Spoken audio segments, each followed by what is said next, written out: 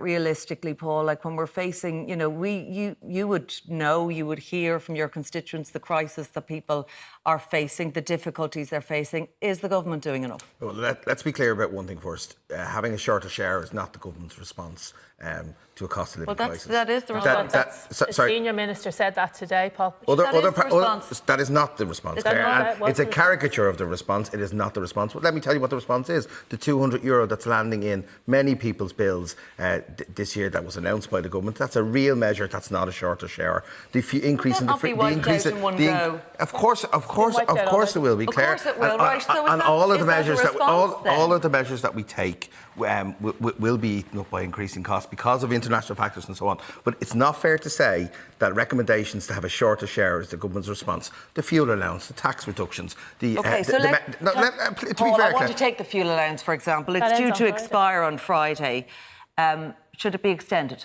Well, my view is, and as Harry said, there will be negotiations around the implementation of the carbon tax, and other measures will have to be made. The government all along has taken steps to try and ease the burden, and we also have to be very careful that we don't turn an international inflationary cycle into a domestic one. We have to be very conscious of that. I do welcome, for example, Michael McGrath's announcement that we should have discussions around the national wage agreement, because I think that's absolutely something that we need to do, and we need to have we have all the stakeholders need to come together to make sure that we don't go back to a situation in the 70s where inflation became something we were chasing. All right, OK, but not a renegotiation, I think, of that pay agreement is what they're saying around that.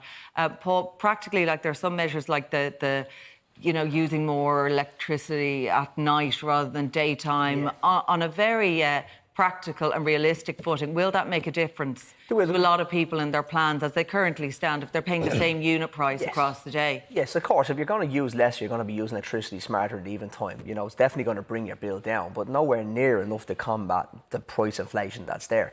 In relation to what government can do, look, the €200 allowance that's going into everybody's electricity, we should be looking after people that need it the most, rather than a kind of blanket everybody getting €200 off their ESB or electricity bills. That just doesn't really make sense to me from a consumer point of view and a citizen. That doesn't, there's a lot of people that don't need that money, and there's a lot of people that do need that money. So I think we need to be more targeted in our approach, or the government needs to be more targeted on who they're helping here.